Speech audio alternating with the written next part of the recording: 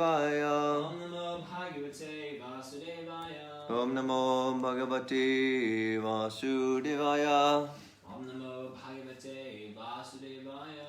So we're reading from the Srimad Bhagavatam, 1st Canto, 7th Chapter, text number 34, not 37, 34. Sibiraya Nini Santam Rajva. Shibiraya Ninishantam. Rajva Badari Pumbalat.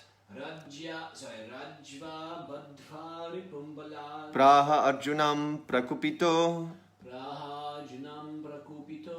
Bhagavan Abhuje Kanam. Bhagavan Abhujanekshanaha. Shibiraya Ninishantam. Shibiraya Nini Shantam. Rajva Badhvari Pumbalat. Rajva Badari Pumbalat. Rajunam Prakupito. Prajunam Prakupito. Bhagavan Abhuje Kashanam. Sibiraya, on the way of military camp. On the way to the military camp. Nini Santam, while bringing him. Rajva, by the ropes. Bada, bound up. Ripum, the enemy. Balat, by force. Praha, said. Arjunam, unto Arjuna. Prakupito, in angry mood. Bhagavan, the personality of Godhead. Abhujekashanam, who looks with his lotus eyes. Translation: when Arjuna, after resting Ashwatthama, wanted to take him towards the military camp site, the personality of Godhead, Sri Krishna, who looks on with his lotus eyes, said to him, Arjuna, in an angry mood. Purport by His Divine Grace. A.C. Bhaktivedanta Swami Prabhupada Ki Jai. Both Arjuna and Lord Sri Krishna is described here in an angry mood. But the difference is that Arjuna's eyes were seen to be like bowls of red copper, whereas the eyes of the Lord are described as the lotus. This means that angry mood of Arjuna and that of the Lord are not on the same level. The Lord is transcendence, and as such He is absolute in any stage. His anger is not equal to the anger of conditioned living being within the modes of qualitative material nature. Because He is absolute, both in His anger and pleasure are all the same. His anger is not exhibited in the three modes of material nature. It is only a sign of His bent of mind towards the cause of His devotee, because that is His transcendental nature. Therefore, even if He is angry upon many a body, the object of anger is blessed. He is unchanged in all circumstances. Om Agyan Tirinandasya Jnanajana Shalakayam Chakshunanmritam Yena Tasmai Shri Gurave Namaha. I was born in the darkness of ignorance, and my spiritual master's divine grace, A.C. Bhaktivedanta Swami Prabhupada, has opened my darkened eyes with the torchlight of knowledge. I offer my humble obeisances unto His lotus feet. Jai Srila Prabhupada. Jai. So, sometimes people say that the spiritual perfection is to be very peaceful.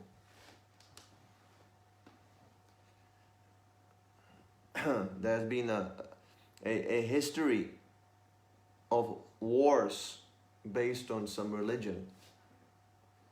There were the Crusades, or the Muslims. They would occupy India, and they would force conversion with a sword. So a very dark history is there. So people have developed lately this idea that spiritual life means peaceful, that we should be very peaceful, tolerant, all-inclusive. We should try to understand the opposing viewpoints. We should not try to argue with anyone. We should allow everything. right? So this is frustration, actually. This kind of inclination is coming from, is originating in frustration.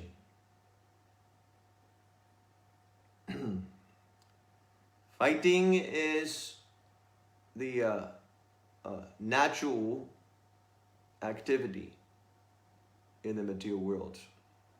We have 4 basic necessities: eating, sleeping, mating, and fighting. So long we have a material body, so long we are identifying with the material body, we will fight. It's unavoidable. You cannot ignore the laws of material nature. Here it is mentioned that Krishna's anger was not manifested by the modes of material nature. Krishna's anger is transcendental. But our anger and our fighting is ruled by the modes of material nature. You see? Always. We're under control of the modes. There is no such a thing as being peaceful or tolerant, or we might try, we might nourish such ideal, but practically speaking, it is not possible. Jivasya jiva jivanam. We must follow what the Shastra says, not manufacture ideas. The Shastra says, one living entity lives by killing other living entities. You must fight. This is simply hypocrisy that, oh, I am very peaceful, I am very tolerant. In the material world, you are an animal. These 4 activities we have in common with the animals. The animal eats, sleeps, mates, and defends or fights. You might have a sophisticated atomic bomb, and the dog is defending by using his teeth. But the activity is the same: fighting, defending. So this created a great problem, this idea, great conflict within people. If we say that, oh, you cannot fight, you must be peaceful, and you cannot protest, you must be tolerant, then people become frustrated.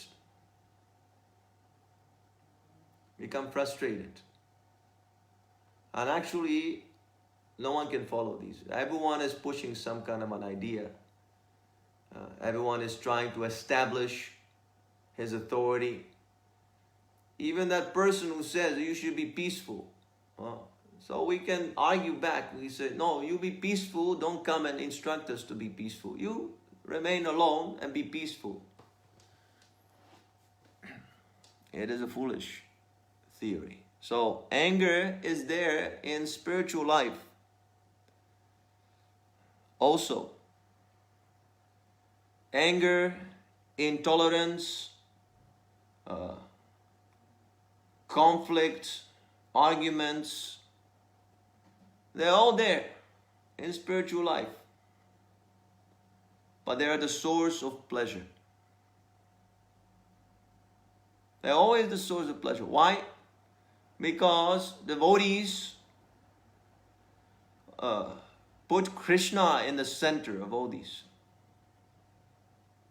A devotee is angry when Krishna is blasphemed. A devotee is angry or he's arguing how to serve Krishna in the best way. These are transcendental conflicts amongst the devotees.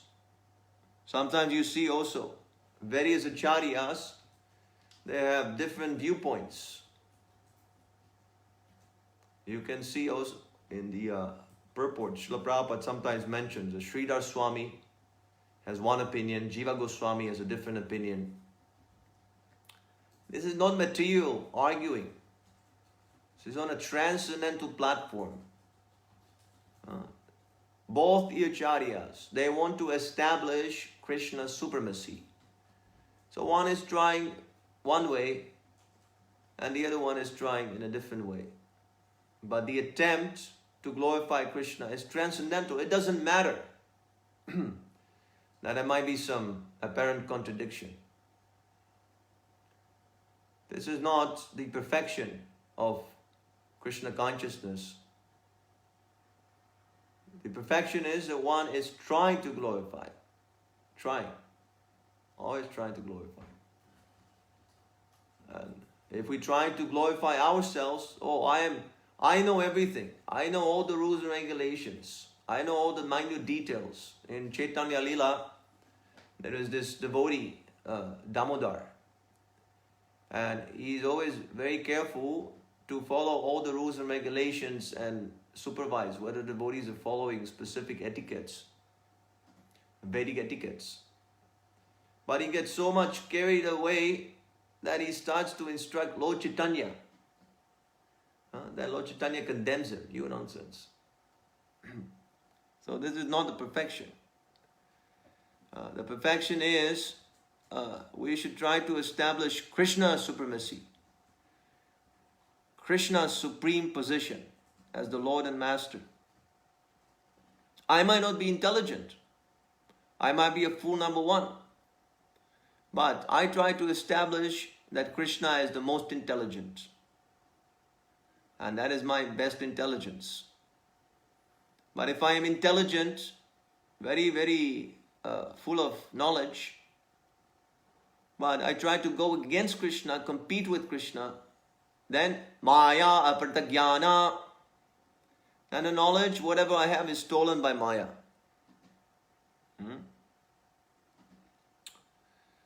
So, there is definitely anger. In Nectar of Devotion, Srila Prabhupada mentions, Srila Rupa Goswami mentions basic principles of how to discharge devotional service. It is not that we serve whimsically, and whatever I want, that will be pleasing to Krishna because I feel it very strongly. Feeling very strongly is not very good criteria. The Nazis, they also felt very strongly. They felt very strongly about Hitler. But they were misguided. So we must accept the Guru, Sadhu and Shastra. We must accept authority. Just like in daily life, if you have some legal implication, some legal matter, where do you go? Do you manufacture ideas or you go to a lawyer?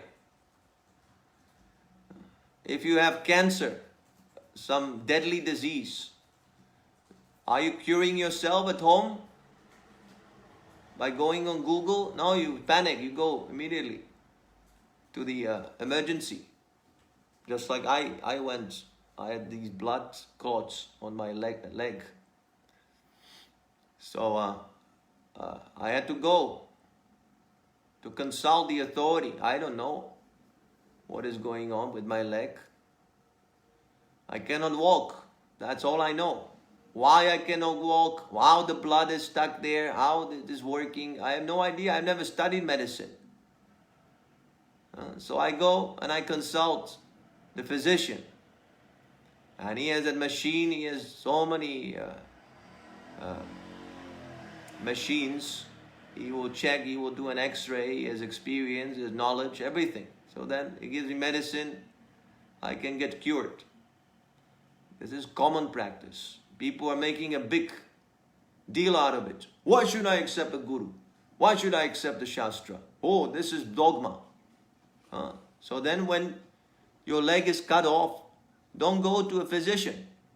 No, you put, let's say your leg is cut off, you pick up that leg and put it back somehow or other by your own endeavor. Do it. Be thorough. If you're against the authority in spiritual matters, then you should be also against the authority in material matters, isn't it? Huh? Why are you going on Google? Why are you researching on Google? You go research on your own. Take a plane, see different countries, go to the library, study like they were doing before. Why using Google? Throw away your phone. This is the modern guru. Actually, it was called Guru, then they named it Google. It is a guru. You have a guru, you're always asking, what is that? Hare Krishna, what is that? Tell me, Guru. And the Google said, yes, Hare Krishna, very dangerous cult, don't join. Whatever the Google says, you accept blindly. Huh? Do you go to different sources? Huh? Do you go and verify what the Google says? No. Everything blindly following. So in the same way, what is the difficulty? If you want to serve Krishna, then you must accept a guru. Guru Saru Shastra. So Srila Goswami is our guru. He is the Charya. He is the prominent disciple of Sri Chaitanya Mahaprabhu. He is giving the basic principles of executing devotional service. Number one is accepting the shelter of the lotus feet of a bona fide spiritual master. You see, we must hear before we accept a guru, or we must hear what he says. In the Haribhakta Vilas, there is a prescription. Before initiation, you must associate with the guru for 6 months. Observe him. Are you ready to accept this guru? Accept whatever he says. You are willing to execute whatever he says. If he says jump out of the window, are you ready to do that? No. Why would I do that? That's nonsense. Then don't accept the guru. You must be fully surrendered. Of course, he will never say such a nonsense and jump out of the window. But you should be so surrendered that whatever the guru says, you accept, yes. Number two, becoming initiated by the spiritual master and learning how to discharge devotional service from him. So if you hear, at one point, you should execute the order. Hearing, asking, but you never do any seva, what the guru says. Then what is it? Where is your initiation? There's no initiation. Initiation means beginning. You have not begun. You're just hearing. That's okay. There is benefit, definitely. But unless you initiate, then your hearing is imperfect. A pig can also hear. Anyone can hear. But who is understanding? Who understands the message? That will be shown by action. You must act. Just like our Srila Prabhupada says, John 16 rounds. Give up sinful life. So that must exhibit. That must be exhibited by external behavior. Not simply, I accepted in my heart, the Guru in the heart. No. You must follow the principles. You must go out, preach Krishna consciousness. Like that is not a joke. Not a mental speculation. Number three, obeying the orders of the spiritual master with faith and devotion. I might not understand everything, but I must have faith that the Guru, what he says, is perfect, and if I follow it, ultimately it will be revealed to me. Following in the footsteps of great acharyas, teachers, under the direction of the spiritual master. See, very clearly stated. Don't quote Bhaktivedanta Saraswati Thakur and Bhaktivedanta Thakur and go to the previous acharyas and study the 4 Vedas. Don't do that. That is forbidden. You cannot jump over. You must follow the parampara, the disciplic succession. Your guru is here, you accept him. Don't jump to other gurus. Why? Because the guru is sent by these acharyas. He is their representative. Just like if a police comes and you say, oh, I will not follow whatever you tell me. I need to talk to the Queen of England. Are you a fool? Why should Queen of England come to you? She has sent her representatives. They call them the bobbies, right? That's the word. Bobbies. Bobbies are here. So if you don't follow the bobbies, then you'll be kicked on the face. And your demands, nobody cares for your demands. So similarly, there's a current link, Acharya. Srila Prabhupada is the current link, founder Acharya. The founder Acharya means current Acharya. Initiating Acharya. So we must understand the previous Acharyas under his direction. It is very clearly stated here. Under direction of the spiritual master. Not whimsically, not independently. Jumping over to Rupa Goswami. Jumping to... The next thing is you will jump to Krishna directly. Oh, I don't need any disciplic succession. I go to Krishna. Oh, it's so offensive, this attitude. Krishna has sent all these devotees. So if you follow Krishna, you must follow the disciplic succession. Evam parampara praptam imar rajasya vidu.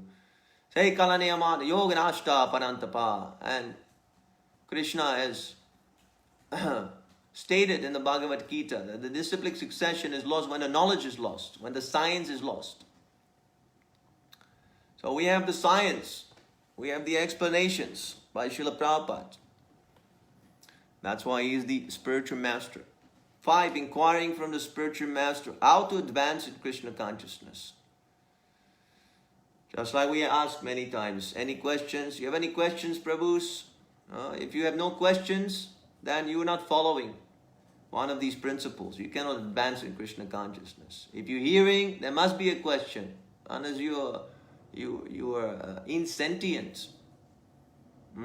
It must provoke you. These classes we're giving, it is meant to provoke you to think, oh, am I advancing in Krishna consciousness? So then the question should be, how to advance in Krishna consciousness rightly? How to give up my nonsense habits? How to serve more? How to, like this. So those who are inquiring how to serve, they're hearing properly. Those who are not inquiring anything, simply saying Hare Rama, Hare Krishna, of course that is nice, but you must learn how to chant. It is not so easy that we can chant so purely. 6, being prepared to give up anything material for the satisfaction of the Supreme Personality of Godhead, Shri Krishna. This means that when we are engaged in devotional service of Krishna, we must be prepared to give up something which we may not like to give up. And also we have to accept something which we may not like to accept. We ask, please expand the bliss, expand these videos, expand our materials. So you might not like to do that. It's a fact. Otherwise, everyone will be doing that. We like to advertise our own ideas, not cooperate with the devotees. We want to cooperate with ourselves, with our sense gratification. And this Facebook has been made for that. You are the superstar. You have so many followers. So everybody likes you. You are the center of the universe. No. Don't do that. Don't be misguided. That leads nowhere. There are 3 billion of such people. Everyone is thinking, I am important. The others, they are my followers. But everyone, the others are also thinking, he's my follower. Like that. They cheat one, a society of cheaters and... this Facebook is society of cheaters and cheated. So don't fall for that. We should unite, cooperate. Srila Prabhupada said, your love for me will be shown how you cooperate with one another. So those who are not cooperating, they have no love for Prabhupada. They can say Jaya Prabhupada 1 million times. It is simply a lip service. It is not real. 7, residing in a sacred place of pilgrimage like Dwaraka or Vrindavan. This doesn't mean that you have to go to India. Prabhupada very clearly explains, he elaborates, that any temple, any Krishna conscious temple where devotees reside is as good as Vrindavan. So we should have this desire to go and associate with the devotees. 8. Accepting only what is necessary or dealing with the material world only as far as necessary. Make your livelihood very easy. Don't complicate things. This material world is made in such a way that you become completely diverted from devotional service. So make everything very simple. How can you make it simple? Give up sense gratification. If you give up sense gratification, everything is easy. Number 1, sense gratification is sex life. If you can refrain from sex life immediately, everything is so easy. Look at here, Maitreya Prabhu. He is living such a simple life. No problem. Sometimes I chastise that you are too free, too relaxed. You must be a little anxious. So that is a very high class. If you can renounce sex life, everything becomes very easy. Of course, the girls, it is not so easy for girls to renounce sex life. That's why we ask you marry. Marry nice devotee that is as good as being a brahmachari, because they serve Krishna together. But even in Grihastha ashram, the money making should be minimized. They should live very, very humble. No big furniture and TV and this and that. Whatever expenditure you have, that is simply to keep the body and soul together. This is Srila Prabhupada says this. It's not a cheap thing. Oh, now I can enjoy sense gratification because I'm a Grihastha. They're just like monks. There is no difference. Those who say, oh, now I am Grihastha, so I have special facility. Yeah, these are nonsense. Observing the fasting day on Ekadashi, just like today. I think Ellen, she forgot to. Usually Ellen, she sends Ekadashi reminder. So that is very nice. Today we're fasting from grains, all the grains. Again, it makes your life more simple. You save your time, preparing all this chapati and rice and dal and this and that. So much time it takes. Take simple fruit, banana, bus. Some yogurt, bus. Just like we take yogurt and raisin, bus. Ekadashi, non-Ekadashi, problem solved. 10. Worshipping sacred trees like the banyan tree or tulasi tree. I know that Ellen, she's growing very nicely, tulasi tree. So she's following very nicely. These 10 items are preliminary necessities for beginning the discharge of devotional service and regulative principles. In the beginning, if a neophyte devotee observes the above mentioned 10 principles, surely he will quickly make good advancement in Krishna consciousness. Do I have to say anything else? Srila Prabhupada says very clearly that if you observe these 10 principles, you make good advancement in Krishna consciousness. Sometimes devotees are asking, how to develop more desire? How can I become more surrendered? They're asking on the live stream many times, isn't it? Right? How to become more sincere? How to make my desire to develop Krishna consciousness stronger? But if we give here advice, I'm not giving, Srila Prabhupada is giving, they don't want to follow. Here it is very clearly stated that you must follow these 10 principles. Accepting the shelter of the spiritual master, getting initiation, obeying the spiritual master, following in the footsteps of the Acharya only under the instruction of one's current Acharya, inquiring from the spiritual master, being prepared to give up anything and accept anything that might not be so pleasing, residing in a sacred place like a temple, accepting only what is necessary, make it simplified, your life, observing Ekadashi, worshipping Tulasi tree. If you chant this Tulasi prayers, that is also counted. So worshipping Tulasi in the morning. Anyone is chanting this? In the morning, we chant every day. Now Prabhupada says, the next set of instructions is listed as follows. More instruction. Don't think that the instruction is finished. There are more instruction. Those who are sincere, they will take pleasure. Oh, more instruction? More detailed? I get more guidance? Oh, every instruction, pure nectar, because if I follow it, I advance in Krishna consciousness. But the rascal mind will say, oh, more instruction, enough instruction. No more. I cannot take more instruction. I want to save my sense gratification. If I follow all these rules, then I will have to go back home, back to Godhead and serve Krishna 24 hours. Oh, that is not good. I also want to go on Facebook sometimes and chat with friends about Prajalpa. One should rigidly give up the company of non-devotees. Those who are associating with non-devotees, they cannot make any advancement. Srila Prabhupada gives a detailed description of who is a non-devotee.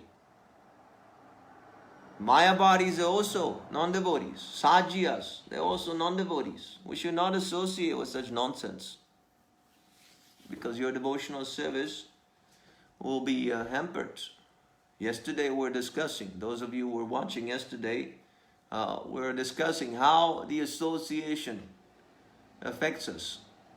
Maitreya Prabhu yesterday, he said very nicely, he said, you are not so powerful. You are part and parcel of Krishna. Tiny little part and parcel. You are not so powerful that, oh, I'll manage. I will not fall into Maya by my own strength. No. You must throw yourself in the association of devotees. If you don't throw yourself in the association of the devotees, you will be swayed. Just like if you're swimming in the ocean from UK to America, if you swimming in the Atlantic Ocean, is it possible? You will be drowned immediately. But if you take shelter of some boat, then it is possible. So the spiritual master and also his associates, Srila Prabhupada is his associates, like Krishna is his associates. They can give me shelter and I can advance very nicely. But I must give up the association of non-devotees. 2, one should not instruct a person who is not desirous of accepting devotional service. There's many times we see this. Those who are, they have accepted some bogus guru, some nonsense. And we try to preach to him that you must accept Prabhupada as your guru. This is offensive. You should not do that. Here it is clearly stated. You should not do that. That is not good. This is not how one accepts a spiritual master. Previously it was explained. You must take shelter by hearing. You must hear from the guru. Not by simply saying. There's so many religions, they fight. Oh, my guru is Jesus. My guru is Muhammad. My guru is Buddha. And they fight with one another. Who should be the guru?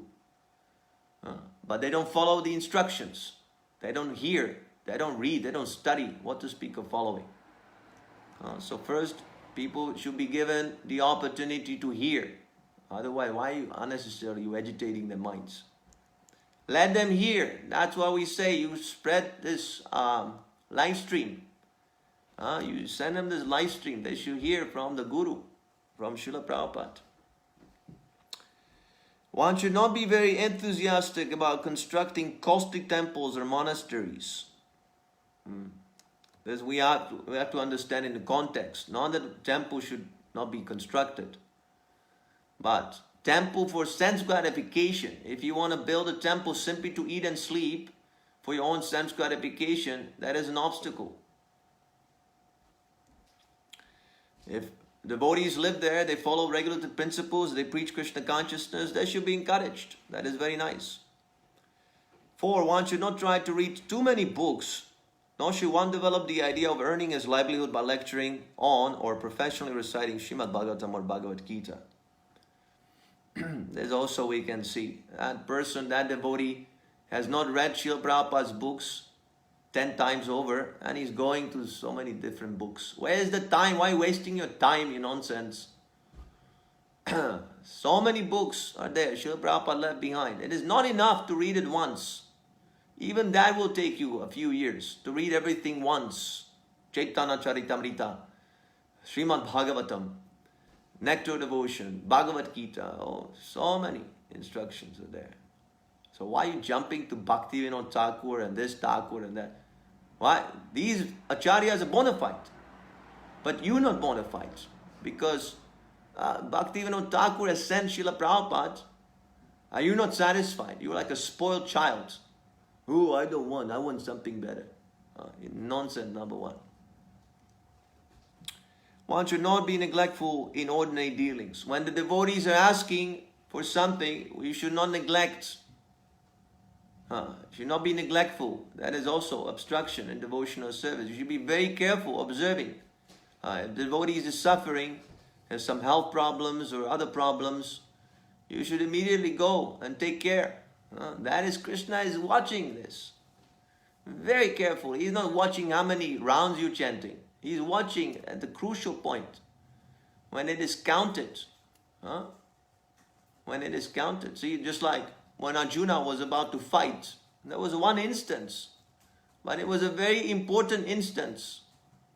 And Arjuna decided to follow Krishna at that instant. So he became glorious. So Krishna sends different tests.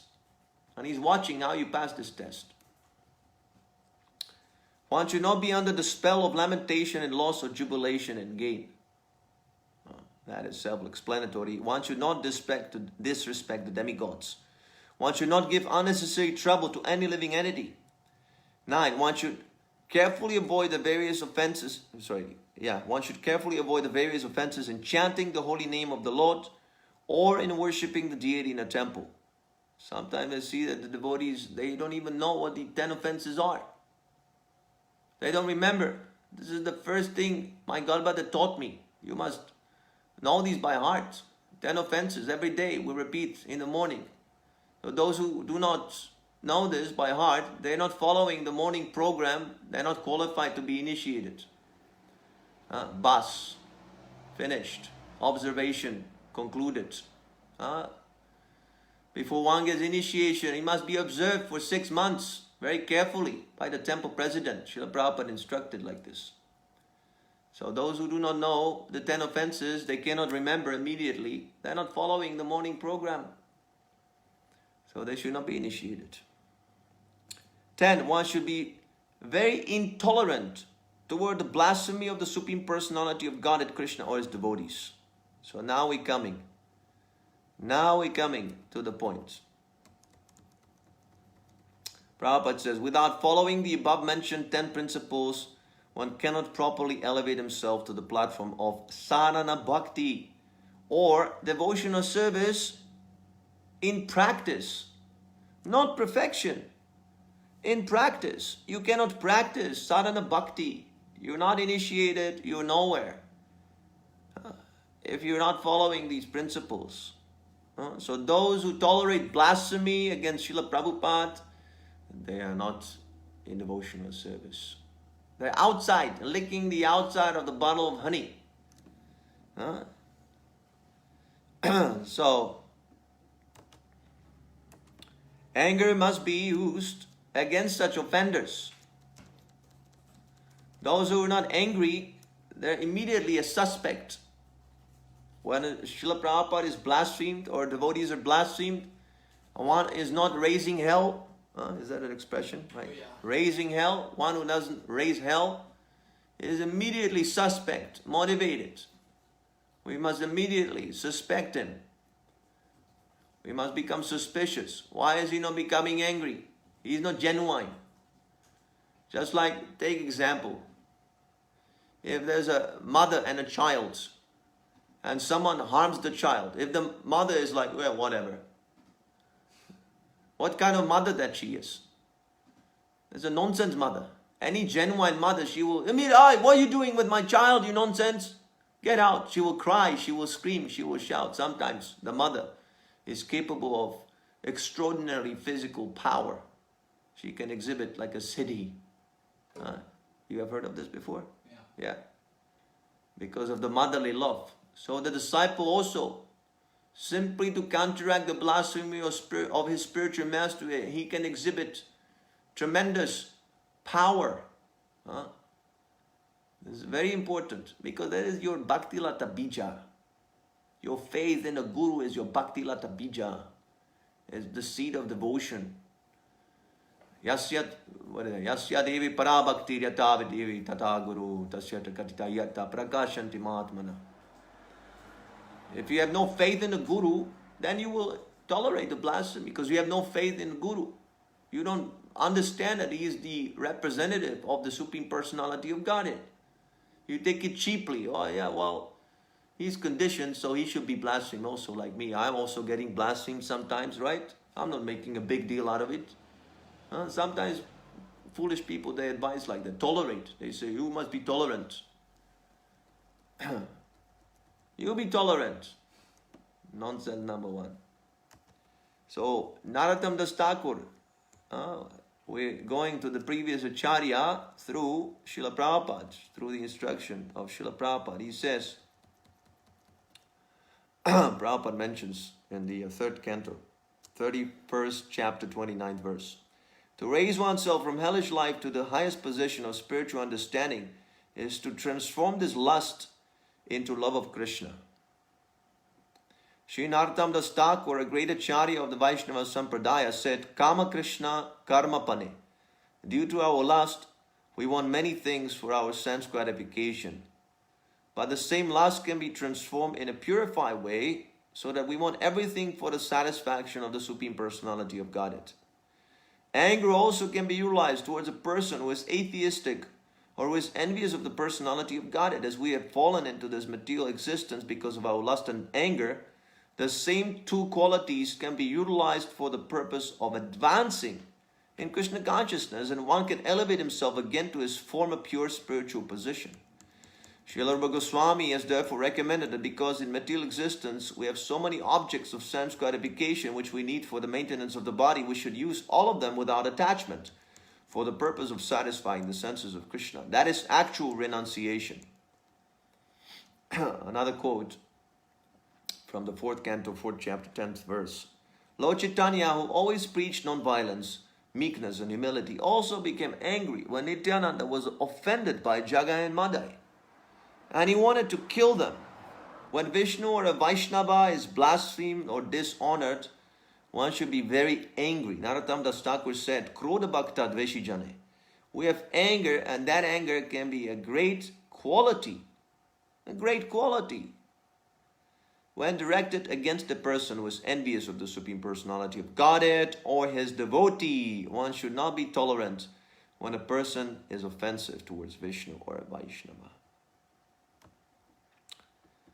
You see, so there's definitely anger, and similarly Krishna becomes angry out of love for his devotee. He is never angry in a way that we are for sense gratification. What? Krishna is not lacking anything. He is the source. Janmadi yasayataha. From him everything is coming. So he has no shortage. He has no envy. He has no anger. But when his devotee is offended, he becomes angry. Even Krishna becomes angry. Even God becomes angry when a devotee is blasphemed. So who are you? You think you're better than God? You're more equipoised than God? Oh, I am not angry. I am more advanced than Krishna. See, even Krishna becomes agitated. But I am so neutral that when devotees are blasphemed, I remain like a stone. That is your stone-hearted rascal. So it is a very important principle. This will give your Krishna consciousness meaning. Otherwise, it's simply, like I said, licking the outside of the bottle of honey. You don't understand anything about love for the spiritual master or love for Krishna. Okay, so of course, much more could be said on this topic. Are there any questions?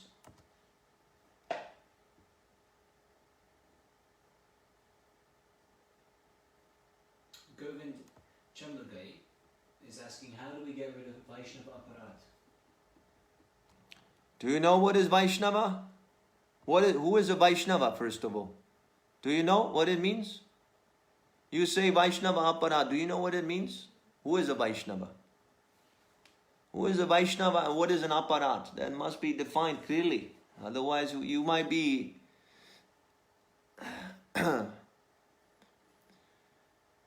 You might be misguided. Sometimes a demon also, he claims to be a Vaishnava. And he demands respect from the others. So unless you know what is a Vaishnava, then your observance, you're trying to avoid Vaishnava aparat, they will also be misguided. Do you follow? So you must know, Vaishnava means Shuddha Vaishnava, a pure Vaishnava. Just like our Srila Prabhupada, that is a Shuddha Vaishnava. Not even a single tinge of material desire. Not that the Vaishnava, that one day a Vaishnava and the second day is going to a prostitute. That type of Vaishnava. That is not a Vaishnava. Shuddha Vaishnava. And aparat means anyone who thinks that he has a material body, that is aparat. If you think that Prabhupada is a material body, then you are an aparadi. If you think that Prabhupada is dead, you are an aparadi. So don't associate with people who say like this. It's nonsense. Sorry, previous misconnection. Yeah. Does that mean that devotees who are following Srila Prabhupada don't count as Vaishnavas that are subject to Vaishnava aparat? No. They also, whoever follows a pure Vaishnava, he's also a Vaishnava. Yes, but there are degrees. If we think that, oh, the neophyte Vaishnava is more than a pure Vaishnava, that is nonsense. Right. There also seems to be a misconception on the chat about the Ekadashi fasting. Melanie is saying that we should fast tomorrow instead because today, although it's Ekadashi, it's not suitable for fasting. So this is the Gaudiya Mat's oh, right. Gaudiya Mat. Well, this is Dwadashi timing and so forth. Oh, okay. I don't know these things.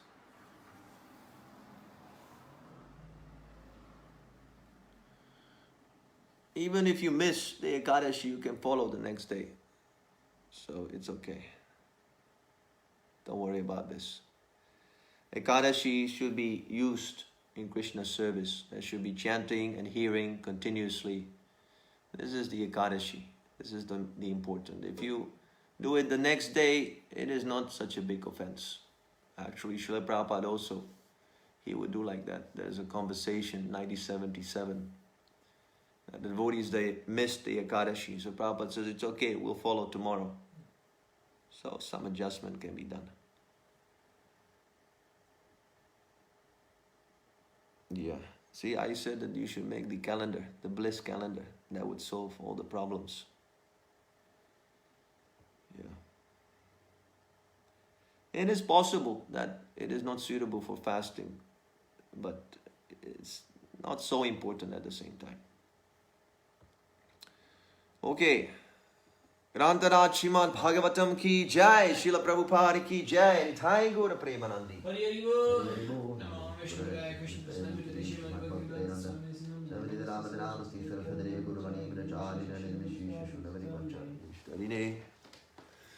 Thank you, Prabhus, for watching. Hare Krishna.